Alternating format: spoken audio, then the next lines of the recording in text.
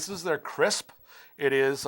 It's one of their lagers. It's very great about lots of good technical detail on their packaging. This, I believe, checked in at I think it was 5.4% alcohol, and I think it was like 40 IBUs. So it's actually quite a bit for a pale lager like this. The nose. I mean, we've had this open probably half an hour, and the nose is still bright.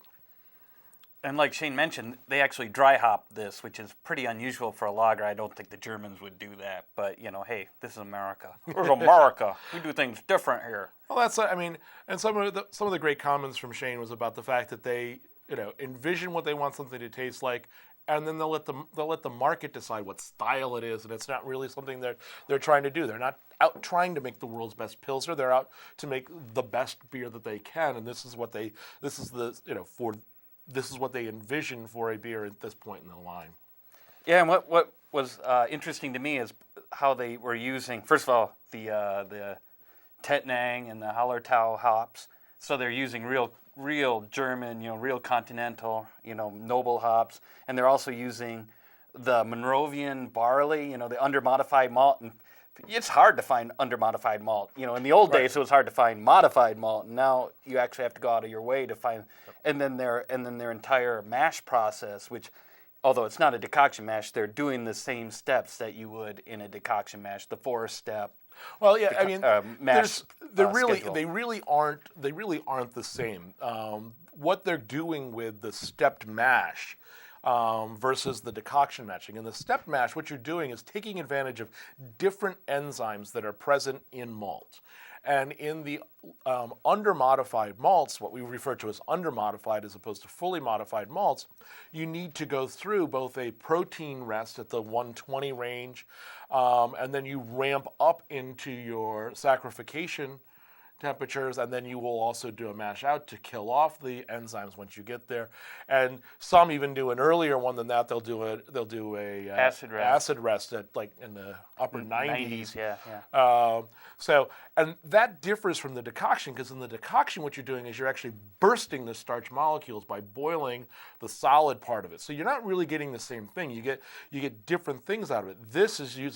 They're using the steps to activate different enzymes to get more depth out of the malt that's there, because by having a little less modification, there's more flavor to them, but it takes more work to get those flavors out. Right, and the one thing you won't get if you don't do a true decoction mash is you won't get that nice toasty melanoidin profile that you get from the boiling of the malt.